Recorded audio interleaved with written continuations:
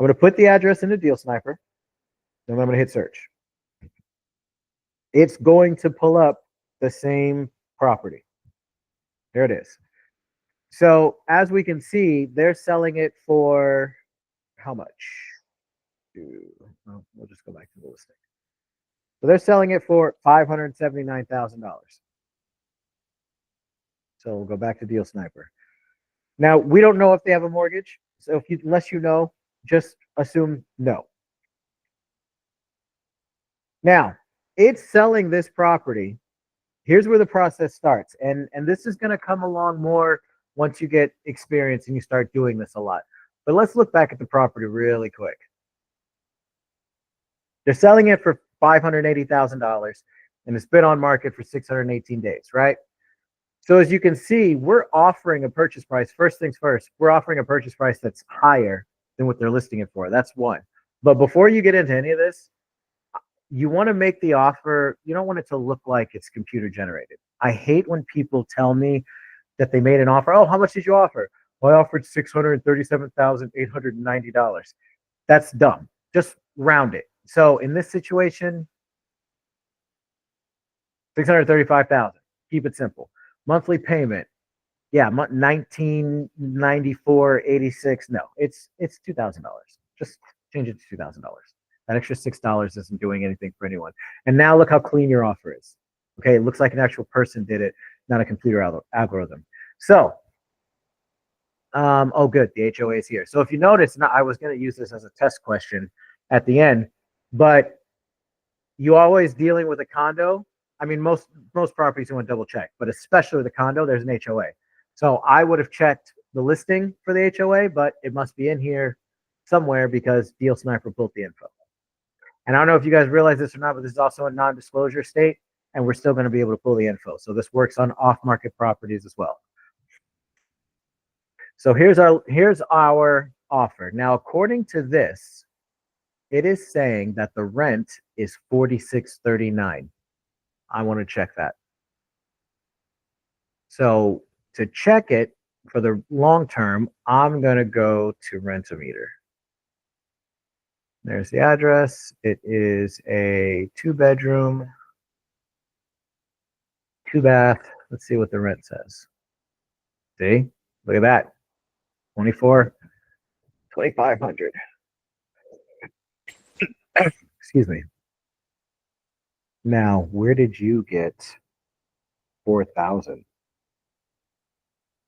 Because that is not right. So I can't verify that. So I am now going to go to the deal machine calculator, and I'm going to put the info in. So let's put in, first of all, let's change a couple of things. 1 second here.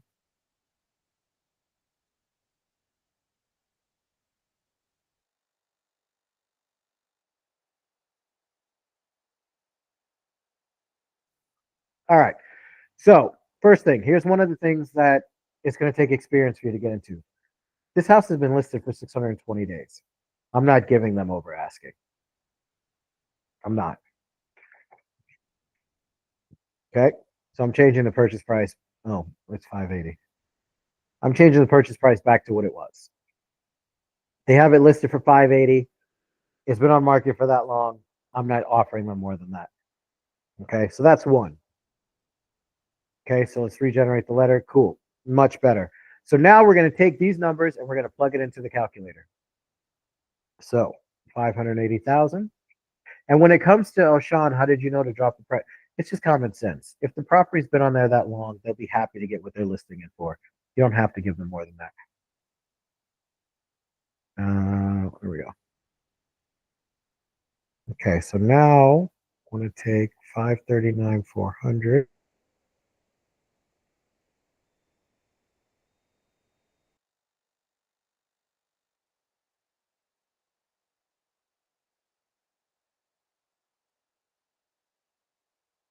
Okay. And then we'll see what we were giving them as a down payment. We were giving them $40,600.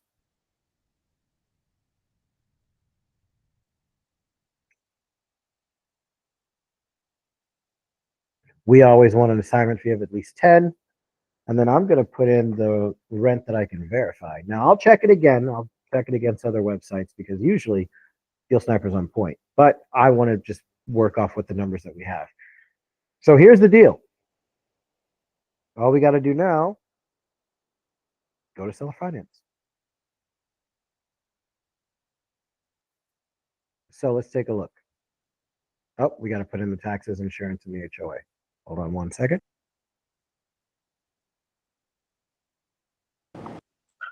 So, question for you: if the rent wasn't accurate, how do you know the HOA is as well? So, and you said we can just fact check it off the listing itself. Yeah, that's correct, and we can actually do that. Let's see here. Okay, and then we need the taxes. 12,873 and 2436.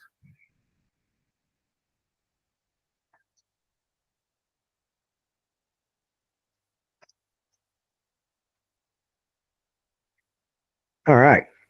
So, and let's put in 500 for a monthly payment just to start.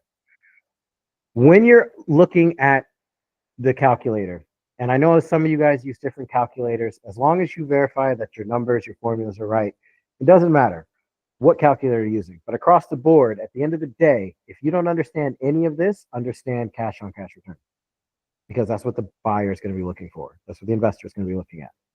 You have a good cash on cash return, you got a good deal. You got a low cash on cash return, the deal's not going to sell. Or you have to pivot and sell to a homestead buyer. That's completely different training. So now I want to know what's it going to take to work. So 500 is too much. Let's cut it in half. Let's go 250. Nope. We want to get at least 10%.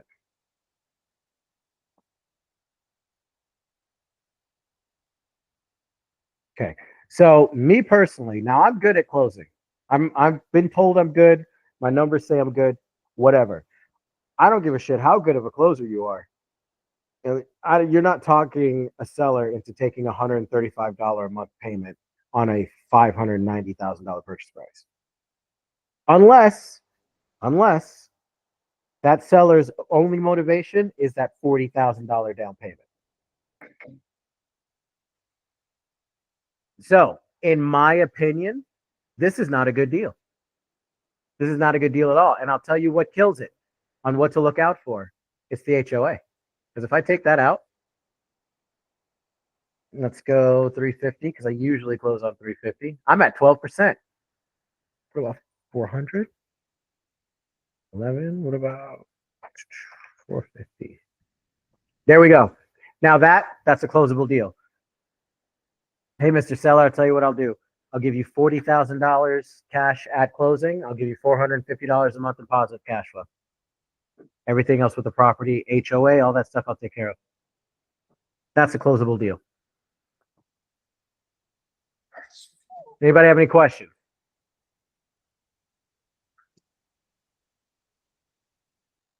Yeah, I have a question. So basically, in terms of HOA, and let's say, for example, okay, forget HOA. Let's say insurance, right? Mm-hmm. Let's say for whatever reason they have higher insurance. I don't know why. Could that potentially kill a deal, or is that because it's something that can be changed? Like, depending from policy to policy and insurance company to insurance companies, does that matter? Focusing on that too much? Yeah, you can do that. Here's the thing. Here's the thing with in general when it comes to deals. Let me show you guys something. Let's go here. Nearby homes for sale. Okay.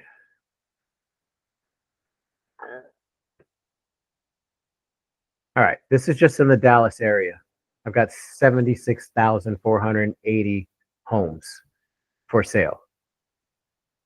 So when I say this, I'm not trying to sound like a jerk or anything like that, but there are so many houses for sale that you could put offers on. If it doesn't fit the mold, just move on to the next one. There's too many out there for you guys to be like, oh, on this one, I can maybe if I call around and find a cheaper insurance company, it's not worth all that because you're literally stepping over all these deals that you could be working, trying to get this one to fit the mold.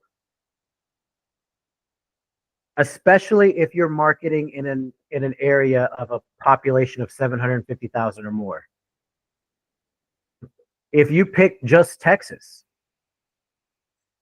I mean, anyway, you guys get the point. There's too many out there for you to have to worry about that. Here's a couple of tips. And I'm going to do another property. I'm going to do a short-term rental here in a second too. But here's a couple of tips. First one, if you can, stay away from houses that have or properties that have HOAs, unless you're hunting like short-term rentals. Because short-term rentals, if it's a good one, it's making so much money a month, the HOA doesn't matter. That's more in like Florida, because those HOAs are like $800-900 a month for some of the condos out there. But they cash flow like crazy as a short-term rental, so it's okay. But if it's not that, if it's not in a very predominant, very hot short-term rental market, stay away from HOAs if you can. Now, if it's like $25 a month, okay, no big deal. But just know that every $100 that HOA costs per year, that's $100 less than you can give the seller, which is going to make it harder for you to close. All right, let's do another one. And then real quick, before you start the other one, I saw something briefly that you had sent out in Discord in the general chat, and it said something like stay away from like you look for properties are close to X and X, like close to hospitals, schools, whatnot. Obviously, you told us that to look in markets that are 750K plus population. Do you want us to hone? There's so many, right? Like for example, Texas, there's like 75K that are being sold right now. Do you want us to hone in on ones that are closer to schools, closer to hospitals? Are those? Oh no, that doesn't matter. Favorable or no? Nah, that doesn't matter. Okay. No. If you're specifically hunting midterm rentals, yeah, there are certain buildings you want to be close proximity to. But for the purpose of this and just trying to get your assignment fee, get deals closed, no, you don't have to do all that. Understood.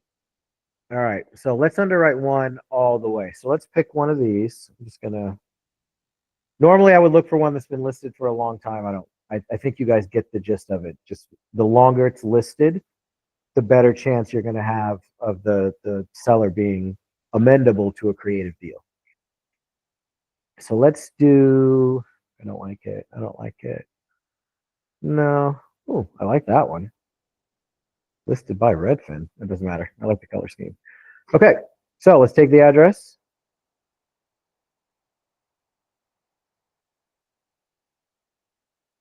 Put in a deal sniper.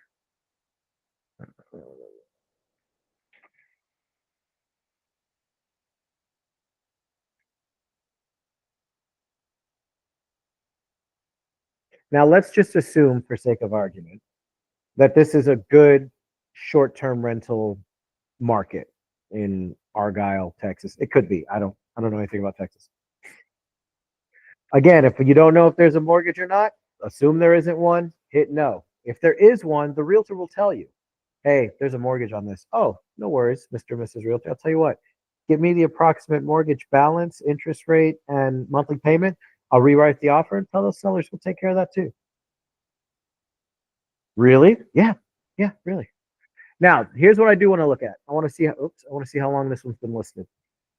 19 days. Okay, so really not feeling the pain of not having their property sold. So in this situation, yeah, I would give them more than what they're asking. They're asking what, $669,000? Let's just do 715. So we're going to do 715,000. We'll go a monthly payment. See, 2301. No, we'll do that. If you notice, I took some money off. I like to give myself a little room. You don't have to give away the whole thing right off the gate. All right, and then is there an HOA? There is. $2,000 a year. So we're going to run this as a long term and we're going to run this as a short term. So first and foremost, what is it? 4-bedroom, 3-bath. Let's check the long term numbers.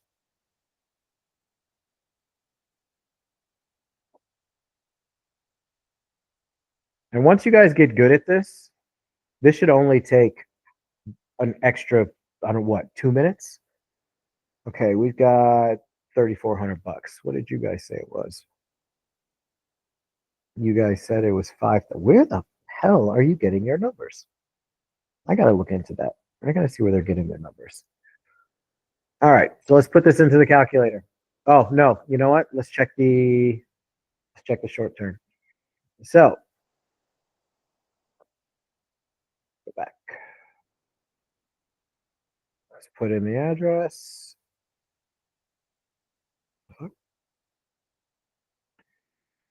It was a 4-bedroom, 3-bath. And when it comes to, now I'm using AirDNA. When it comes to short-term rental, the idea is the more people you have in the property, the more valuable it is. Well, you can fit 2 to a room. So the rule of thumb is you can usually take the bedrooms and just double it for occupancy. And then if you're using AirDNA, it's going to give you a number projected revenue. This is yearly. So you're going to have to take that number, which is $68,900. So I'm just going to do 69,000. Okay, and I'm going to divide that by 12. It's $5,700 a month. So let's go here. And then you gave us, I'm just going to use Deal Sniper's numbers for now, even though I got to figure out where those are coming from. 5,300. Okay, let's put in the rest of the deal. Purchase price is $715,000 with a 664. Okay.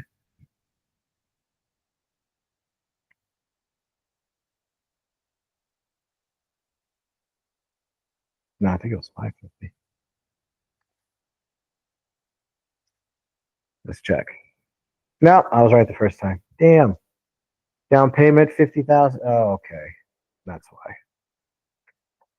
Just a $50,000 down payment. It's fine.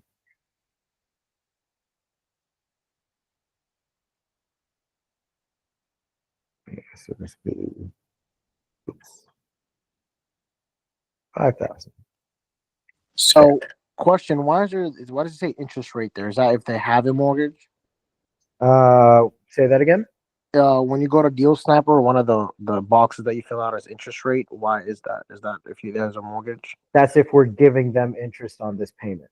Okay, got you. And So if I were to put 4% interest, it would, now it'll build it into the deal, but we don't do that. Okay, understood. We don't do interest. Okay. HOA, let's put that in. Oh, wait a minute. Cash to seller was 50 grand. Okay. So we go to seller finance tab. Let's change HOA was $2,072. I think the taxes were 12. Let's see. 12,168 and 2809.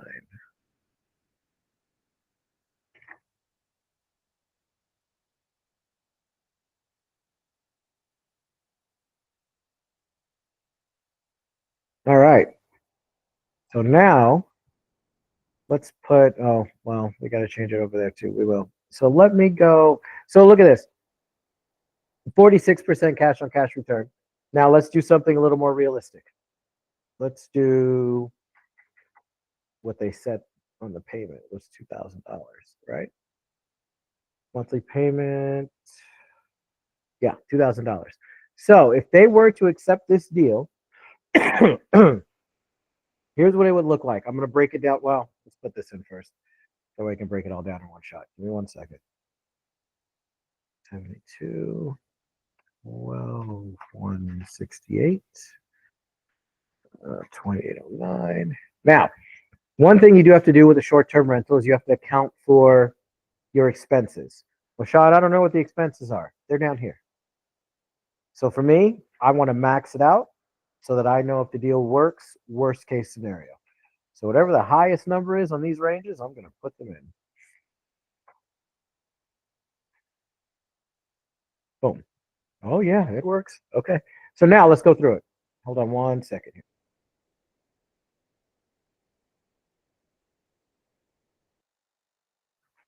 Okay, good. So let's go through it. Here's what it looks like for the buyer. Okay. For the investor that's going to take this deal from you, assuming you get it under contract, their total purchase price is going to be $725,000. Sean, I thought it was $715. It is, but we added a $10,000 assignment fee. Okay. They're still seller financing $665,000 at 0% interest. They're going to have to be paying $2,000 a month. That's going straight to the principal. These are all good things. The total entry fee is $60,000. $50,000 goes to the seller. $10,000 goes to you. Their closing costs, which they're paying, $14,500, which means in order to buy the $725,000 house, they need to come to the closing table with $74,500. What are they getting for that? They're getting a property where if they choose to rent it out as a long-term rental situation, they're going to be getting $63,600 a year. These are all yearly numbers, by the way. $63,600 a year. They're going to be pulling out $10,000 for their war chest. Vacancy is for when the property is vacant. Repairs is for repairs and maintenance. CapEx is for when the big stuff breaks.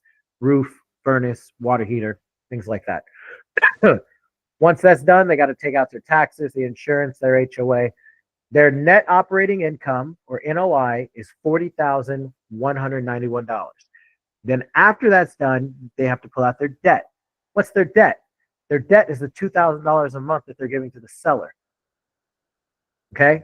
Over 12 months, that's $24,000, which means for this buyer, when everything is all said and done, they get to keep $16,191 a year, which on this property would yield a 21.73 cash on cash return. Sean, is that good? It's right here. This whole line. So it says between 10 and 30 on the short-term rental. It says between 12 and 50. That doesn't mean if you get one at 52 or 35, it's not good. It's just very rare for a deal to go beyond 30 and 50 for a long-term and short-term respectively. That's all. If you've got one that goes to 50, hell yeah, that's awesome. So now let's look at the short-term. They're going to be bringing in $68,400 a year in revenue for the Airbnb.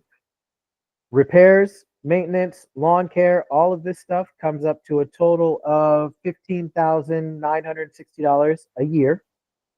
They still have the $17,000 that comes out for their HOA, taxes, and insurance, which leaves their NOI, or again, net operating income, $35,391. Then you subtract the debt. The debt always comes after this. I don't know why, it just does. It's still $24,000 because they're still paying $2,000 a month, regardless of which one of these they do. So when everything is said and done, they get to have $11,391. That's their take home, or a 78.56 cash on cash return. Does anyone have any questions on that? Because that was a lot. And there's no such thing as a stupid question. If you had to rate that from 1 to 10, of 10 being the best deal possible and 1 being the worst, where would you rate this deal? Like an 8 or 9. Okay. Yeah, definitely an 8 or a 9. And here's why. Because it works either way. It works as a short-term rental. It works as a long-term rental. Including worst case scenario, highest fees here. Okay, we don't know what they're gonna. We don't know if they're gonna. They could pick a $250 cleaning service. We don't know, but we're gonna worst case scenario, and the most expensive one's $500. So yeah, I would say that this is a. Okay, here's how it goes. If this deal, well, shit, I'll show you guys. Here's another thing I like to do with this calculator. I like to know my max. So let's say they say $2,000 isn't enough. Okay, well, I don't want to have to pull the calculator out and do it again. You can, you absolutely can. But me, I like to know the outcome of a game before it starts.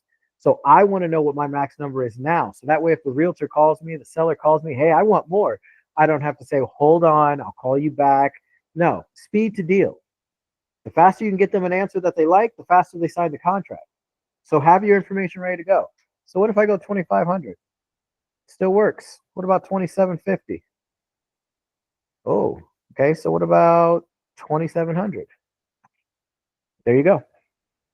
The most I could give them is $2,700 a month, which is also why when I initially did the offer and I rounded off all my numbers, I changed this from 2,300 to 2,000.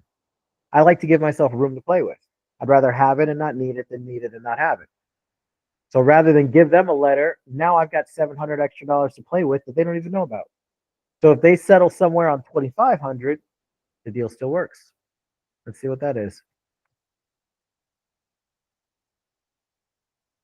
13. Okay, good. I'm glad it landed on that. So here's to answer your question.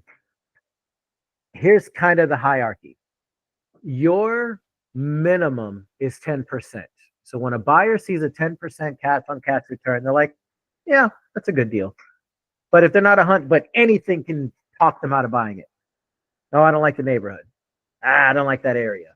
My ex-girlfriend used to live somewhere over there. Bad memories. Whatever the situation is. A 12 to 15% cash on cash return. Now they're like, okay. I don't really give a damn who lives there. That's a good return. Anything above 15%, you're probably getting into a bidding war with all the buyers that you send the deal to. Anything above 15%, you're pretty gold. You go above 20, yeah, that's that 8, 9 type deal. I'll never get into 10 because that's not the highest cash on cash return I've seen a deal wholesale for. So I have a couple of questions for Go for it. So number one, usually I never have an issue with the monthly payment. I always have an issue with them wanting more upfront, and I can understand that because it's more lump sum and they can put it in their pocket quicker. Mm-hmm. How can I do? Is it the same as changing around and plugging and playing with the monthly rent? I can go ahead and see how much I can offer them as a max in terms of cash payment. I can do that on the calculator first. Your max payment, down payment, will always be no more than 10%. Got you. There are a few, and I don't even like giving these to you guys because everyone likes to take the one exception to the rule and try and run with it on every deal. When you're dealing with an asset that is less than $125,000, $150,000, then you can go a little bit higher on the down payment. And by a little bit higher, I mean 12%. Because here's the thing. For my disposition team and most disposition teams that move creative deals, we're going to sell it between 12 and 15% to the buyer. So what's that mean? That means, let's use this deal. What the hell did I say the down payment was? 50,000, right? Okay. So it's $50,000, right? Does anybody know how much of a down payment that is compared to the purchase price? What percentage it is? Way less than 10%. So at $50,000, just so we can, it's at 7%. So if I get the deal for 7% and I know my team is going to sell it for 12 to 15, that means that I'm making 5 to 8% on this deal. If I get it for 5% down, I can make anywhere from 7 to 10% on the deal. So the lower your down payment, the more money you're going to make on the spread. But rest assured, we're never going to be able to, I don't want to say never. It's highly unlikely that we're ever going to sell a deal for more than 15%, because that's why the buyers come to us. They come to a wholesaler so they can get a deal. They got to pay 20% if they go to the bank and get regular financing. So we have to be less than 20% for sure. And unless it's a killer deal, we need to be right at about 15%. So the lower the down payment we get it for, the more of a spread we can make. That doesn't mean be greedy. With this combo of Deal Sniper and Redfin, Zillow, whatever, again, unlimited leads. So you don't have to make $10,000 per. That's the threshold I set for my team. You don't have to do $10,000 per. You can do 5 if you're doing volume. Do $5,000 per. You don't have to be greedy. So it really depends on how much you want to make. But the most you're going to be able to give them is about 10, unless it's a sub $150,000. Then you can go up to 12. But again, you better make sure the rest of the deal is good, because an investor comes to a wholesaler for a deal. If they're not getting a deal, they're not really going to buy anything.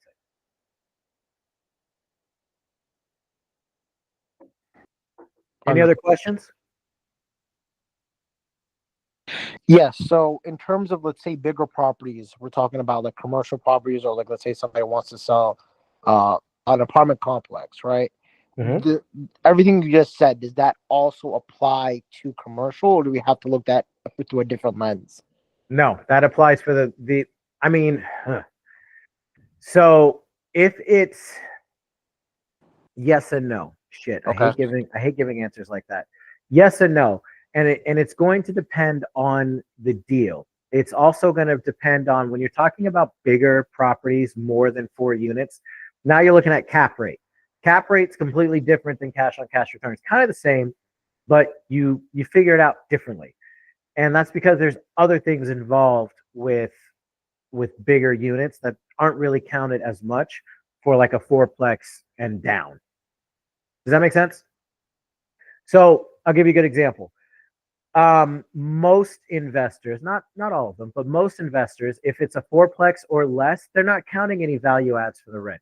Not really, because the most it's going to equal to be is like $200 for a fourplex, and that's a month. Got you. But if we're talking about a 10 unit, yeah, if the rent's going to go up next year and there's a big value add jump from the tenants, what they're paying now to what the rent should be, and then there's a rental increase coming because the year's about to turn over, that's a big difference. If that's the case, then yeah, they'll probably pay a little bit more on the down payment. But for the most part, unless you're dealing with like 100 unit, where you're also changing the amortization from 30 to 40, um, you want to stick to the same rules because they're coming to us for a deal. They don't want to, if you can provide investors with deals under terms that are lower than everyone else, they're only going to want to buy from you because everybody wants a deal. So you got to be able to provide them with that deal. Another question for you. So I had this happen to me today. Obviously, last time we had a meeting, you were like if the email isn't there on the listing, and you call them and they get back to you and whatnot, they'll go ahead and send it to you. So I had a realtor get back to me today. He gave me his email, but he's like, "Have you looked at the property yet?" And and I did not look at the property. So what's a good answer to that? Because my response to him was like, "Are the pictures accurate? Do you know of any issues, major issues that the property needs, like that like work that needs?" He's like, "No, the pictures are 100% accurate. They're close to what the property looks like. There's no issues. The entire thing was flipped."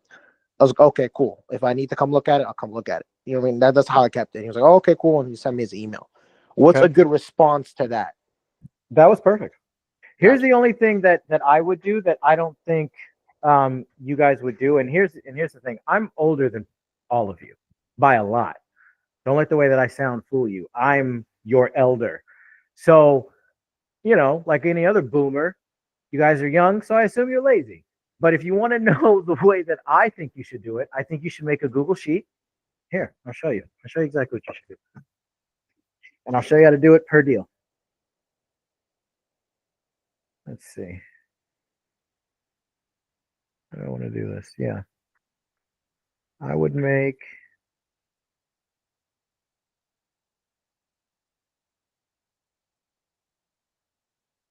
Okay, so here's what I would do. I would put the address here. Let's see, what else are you going to need? You're going to need the date you sent it. I would put realtor name, realtor number, realtor email, offer, and then I would do property link. And here's what I would do. If it was this property, where's the one we just did? Okay. So as I'm sending out the offer, each time, here's my address. Today is the 12th. Yep. Realtor name. What's your name? Fuck it. No, I can't copy it. There we go.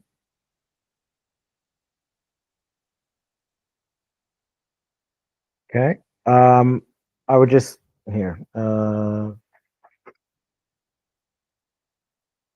You guys can look up his actual phone number, and this will be actually easier for you guys because once you have it, you can just copy and paste.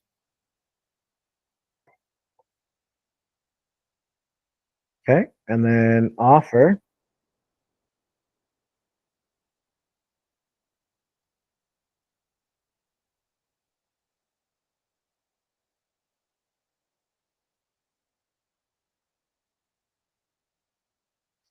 Whoa, what did I do?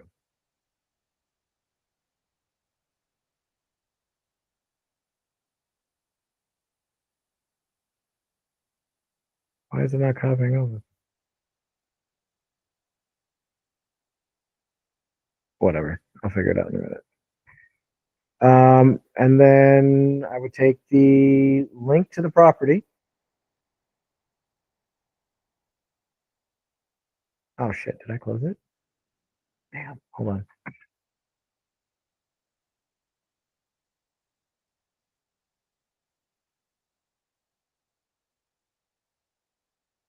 Boom. So that way, and then I don't know why the terms weren't copying. I'll have to figure that out. But that way, anytime a realtor calls me, like, what was your name? It's what the fuck was this guy's name? Lejay. So, Elijah. What did I say? Lejay? Sorry, Elijah. Anyway, this is Elijah. Oh, hey, Elijah, which address? And then he would tell me the address, and then I would find it, and then I would immediately just click on the link and go to it. That way, I'm looking at it, and then also on the sheet I have my offer. Oh yeah, I offered $715,000 or $50,000 down and $2,000 a month. What can I do for you, Elijah? That's how you sound like you're. This is the other thing, because you guys all, for the most part, sound young. Most people are not going to take you seriously. It's not fair. It's not right, but it is the way that it is. There's one guy on my team who started off on my team. He's got his own team now. But when he started on my team, he sounded like he was either auditioning for Kanye West's new album or he was slanging crack on the corner while trying to get a house under contract. That's how he sounded. And it took me over a month and a half to get him to speak differently because no one was taking him seriously. No one's going to take you seriously when you're calling them cuz. So until your voice sounds the part, you have to have your presence, your persona has to act the part. And one of the best ways to do that is to be prepared. This is going to sound completely stupid. Probably not. But you should, by the way, you should not start anything that way. That's just not right. Understood. So my question is, how many offers do you think we should be sending out a day? Like 20. 20? Okay. There is no reason why, because I'm going to show you why. I'm going to show you exactly why. Because if I sent this up, I did this one. Like, let's say this took me, you guys are slow. You're new at this. You got to plug in numbers, go back and forth, yada, yada, yada. Let's say it takes 10 minutes per, right? And then I've got my sheet filled out. Then all I'm going to do is click this little box, nearby homes for sale, and I'm just going to pick another one. Boom. Now this one. Copy the address, put it on my sheet, copy the link, put it on my sheet. Once I'm done with that, I'm going to paste the address into Deal Sniper. It's going to give me my numbers. I'm going to copy it, put it on the sheet. And then if the realtor's contact information is there, I'm going to put that on the sheet. I'm going to call, or I'm going to email the letter. Boom, I'm done. after I'm done underwriting it. Even if it takes you 3 hours a day, you don't need, unless you're come across a bunch of them that don't have their email address posted. Most of them have their email address posted. You want to do another one? You want to see something crazy? Here, let's try this. Let's show you guys something. Yeah, let's get that out of here. We don't need that. We don't need that one anymore. We'll use this one. All right, so let's go to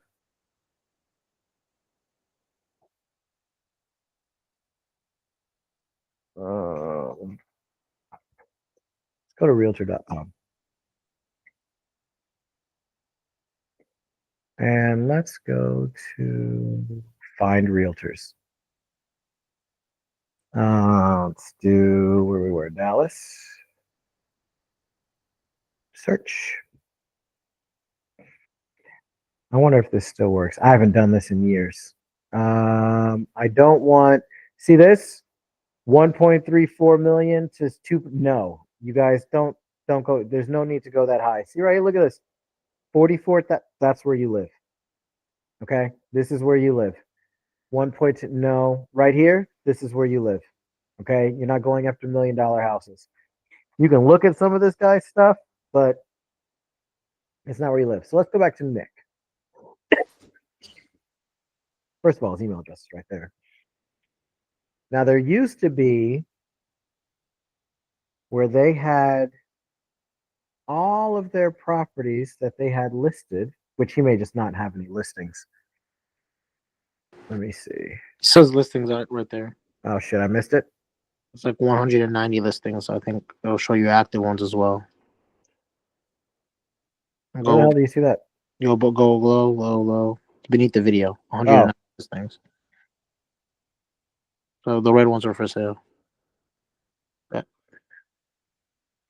Okay, so let's make sure this is actually his.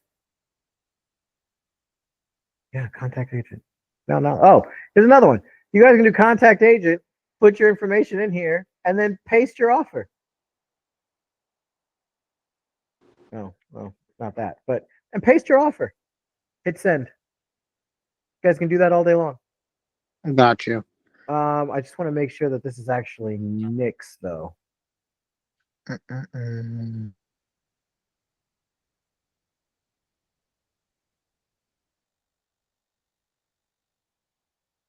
Well, I can check to see if this is Nick's. Let's just go to. It says listed by Nick Good on the top left above the photo. Oh, good. Perfect. Yep, that's Nick. So there you go. And here's the thing. You go to his stuff, go to his website, and it's got his email address. All I gotta do is go back. And then, so obviously Nick is one of those individuals has 29 active listings. Not all realtors are going to have that. No. Should I go through his portfolio of the listings that he has and pick 2 or 3 that I find good, or do you think we should just take one per realtor so that way it doesn't seem like we're just generating them and sending them out? That depends. So if you're going to go this route, okay, this is more targeted, right? Let's go back to his listings. Okay. Oops. So let's grab, if you wanted to, you don't have a, oh, there it is. If you wanted to, you could literally click on every single one and then do an offer for every single one and then send him an email, say, hey, Nick, I looked at your 29 listings. Out of the 29 listings, here's the ones that I want to put an offer in on. I'm going to email them over to you shortly. Do you want them individual, or can I put them all on one email? That's it. You can do it that way. Got you. You can do it one at a time. It doesn't matter. It all depends on what you're trying to accomplish. Me, if I'm trying to make an impression, yeah, I would probably do that. I would look at all of them individually, and that's going to be tedious, but he's got 29. You only need to send out 20 a day. So just find 20 of his properties, and there you go. You're done for the day. So if it takes you 3 hours, it's okay. Or you could literally go to this one. Okay, I'll take this one. Cool, got that one. And then get out of Nick. Let's look at, nope, we don't live there. Let's look at his.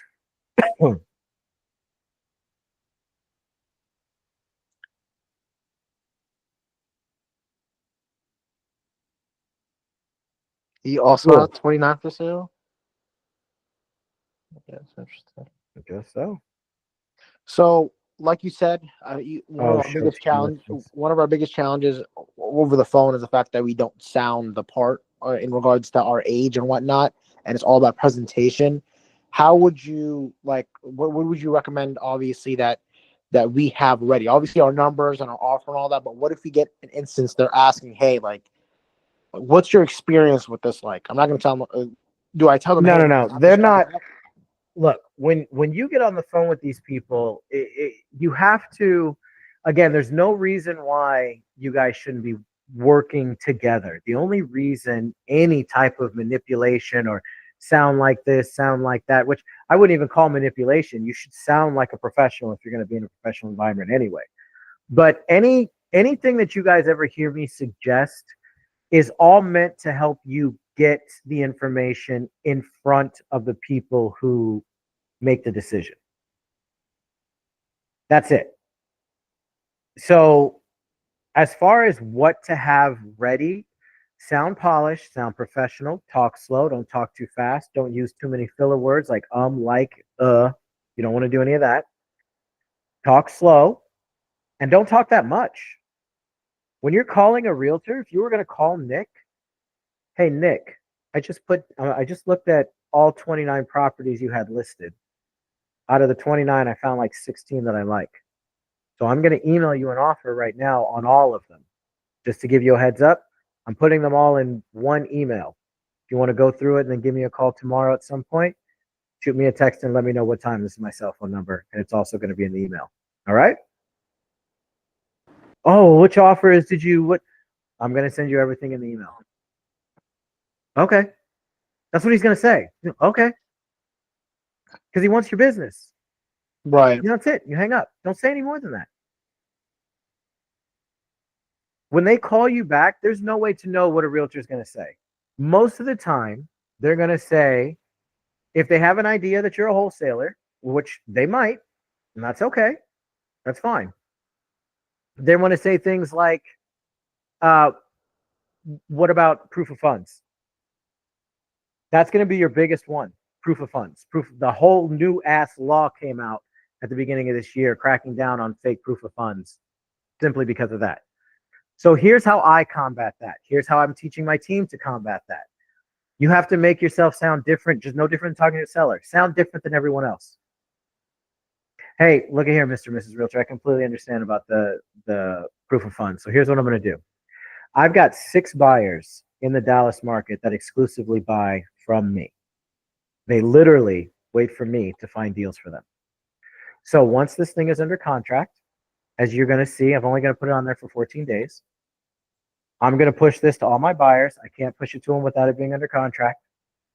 Once I've identified which one of them is actually going to take your property, I'll secure proof of funds and we'll have EMD put down 48 hours later. Okay? No problem. That's it. You're not asking permission. I didn't ask if that was okay. That's what we're doing. And if you get a realtor that's, oh, well, I want this and I want that. Hey, you know what? No problem. Have a great rest of your day. And you can either do one of two things. You can move on to one of the other 77,498 properties that are listed, or you can do what I would do. I'm petty. I'm going to skip trace the number and call the seller. I'm going to say, hey, yeah, I tried to put this offer on your property, but your realtor didn't want to hear it because, I don't know, I guess she doesn't like the fact that I'm not the end buyer, but I represent the end buyer. So whatever. Anyway, here's the offer. Offer's real. Let me know if you're interested. And then hang up. I'll put them on blast because I don't give a shit. But that's me. I'm petty. I'm not telling you guys to do what I do. Me personally, I'm recommending move on to another deal. That's all. Because whatever time you're on the phone wasting trying to but Mr. Realtor, but Mrs. Realtor, those are all other properties you could be underwriting. I think it would be best to record our phone calls especially when we're newer, so that way we can give those to you so you can review them and give us critiques on what we can work on. Because I feel like, especially when you're starting out, I feel like it's easier to look at other people's mistakes, and it's kind of difficult to pick up on what you're doing wrong. And another set of eyes is always perfect for that. Yeah, that's one of the things that I recommend. And one of the trainings, I'm trying to develop a library of recorded phone calls, but a lot of people are a little scared, and I get it. But I want to do that on Friday. Every Friday, I want to start playing recorded calls so I can let you guys know that was good, that was bad, don't say that, say this, stuff like that. So yeah, by all means, record your call and email it to me. Got it. I'll review every single one, and I'll either review it with you one-on-one or we'll review it live with everybody else, and I'll tell you exactly what you said right, what you said wrong. If I can't get enough people to do that, then I'll just start making calls to realtors myself. But here's the problem. I can call realtors. It's like I see a lot of wholesalers on YouTube, on TikTok, on Facebook Live, and they're just calling leads live. And while that's great, that is a great thing to hear, but you can hear that on recording. You guys need to make the phone calls. Because here's the thing, you could listen to me call all day long and know exactly what I'm going to say every single time. That doesn't mean you're good at saying it. That means you're good at remembering what I say. You have to start saying it. You have to basically go and get your teeth kicked in a few times. You guys should pray that the first 5 realtors you call are total jerks to you. Because once that happens, then you start realizing, oh, that's the worst that's going to happen. Oh, okay, well, I'm going to get another phone call. Then you start hunting for the one that wants to talk to you. You start hunting for the one that's going to actually hear you out. And that's going to be the easiest phone call you've ever been on, even if you don't know everything to say. You have to get that experience. So for those of you that are afraid to get on the phone, I don't know why you're paying for Deal Sniper. Stop. Cancel your account. You're just wasting time and money. You got to get on the phone with these people. They're just realtors. The worst thing that they're going to say to you is no, and maybe a couple cuss words, which should be hilarious. Every time that happens, share it on the Discord. It'd be funny. But it's not anything to be afraid of. Get on the phone. Got you. Does anybody have any other questions about Deal Sniper, about underwriting? I just have one, as far as, the cash on cash, if it's if you're going for a long-term rental and it's not a deal, but, if it's a Section 8, it's renting high or shows renting higher. I mean, should we even go for it or? Oh, yeah. Actually, I'm glad you brought that up. So when you're in a market that is very good for Section 8, yeah, that's you can run with those more that you can, even if it's in a little bit rougher shape or it's been on the market for a while. That would ixnay that rule where I drop the offer price. You don't have to go crazy. You can still drop it. As you guys can see, Deal Sniper is adding in a lot of money on top of the purchase price. Again, I've been doing this for a long time. The most I ever do is like $20,000, maybe 25. Most of the time it's 10. And that's because the thing is that I'll say, so if someone's asking prices $250,000, then I'll say, hey, you know what I'll do?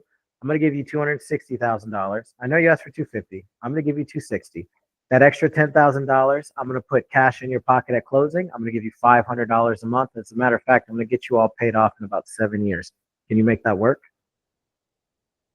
That's why I always do 10, because it's always within, if they say yes to that, I'm getting it at what, 4.5% down payment?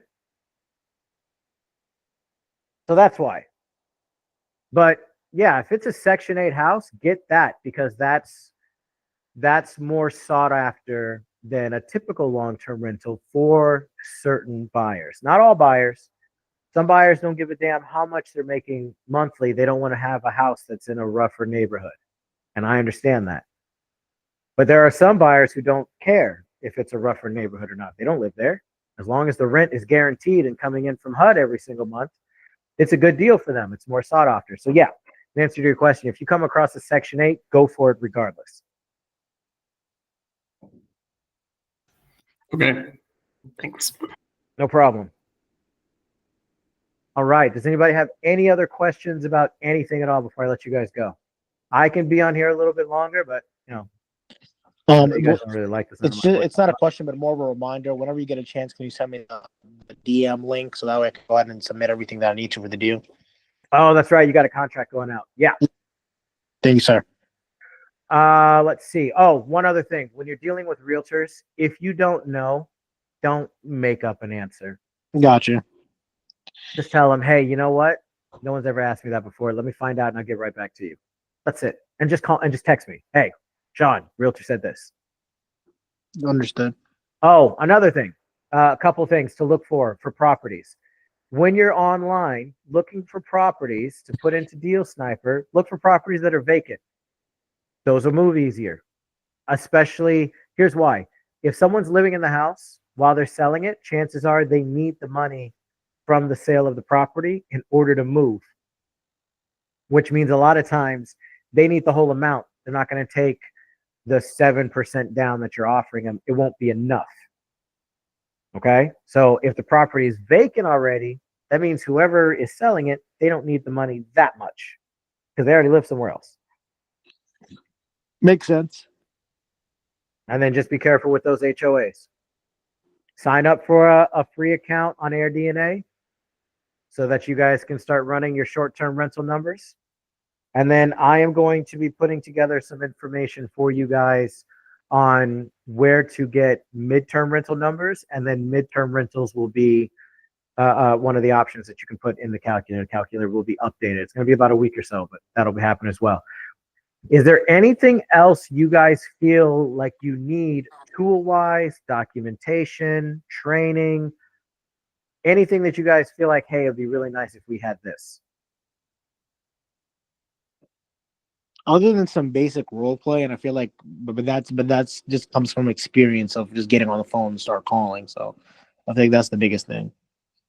Yeah, that is. And you know what? Here's something you guys can do if you're feeling ballsy. Go to Realtor or whatever, but pick a real estate company, Remax, Century 21, any one of those. Go to their website, do it in an area that you're not going to be actively marketing in. Okay. Right? And call them and ask for a realtor. Say, yeah, hi, I'm a local wholesaler and I have quite a few buyers that I work with exclusively that are looking for properties that they can do some cash flow on. They want to do some buy and holds. Do you have any of those for sale right now that you think would accept seller financing because that's how they're buying them? And then have a conversation with a realtor. Because what's the worst thing that they're going to do? Got you. That makes a lot of sense. I'm asking. They can hang up. That's the They worst can hang up. Yeah, that's it. And that's a great way to don't practice with your mom, your brother, your sister, your girlfriend, your boyfriend. You can't practice with them because you're not going to take it seriously. Get on the phone, call a realtor. There are thousands of them for you to practice with. You can ask them, hey, what's your disposition working with a wholesaler? Are you like on the fence, or you willing to give me a shot if I promise I don't do you dirty? How do you feel about that? Have fun with it. You just call a bunch of realtors. Hell, Leo, thank you so much. For those of you that don't know, Leo is one of my OGs on my team who was the most timid SOB I have ever met in my entire life. Sean, will you call my leads for me? I don't want to call them. Sean, can you call this one for me? I don't know what to say. Now he's closing deals left and right. He's got novations locked up. He is killing it because he realized, oh, the worst they can do is just say no. Well, that's not that big of a deal. No, it's not. So get on the phone. Thank you very much, Leo. I appreciate that. All right, cool. That's all I got.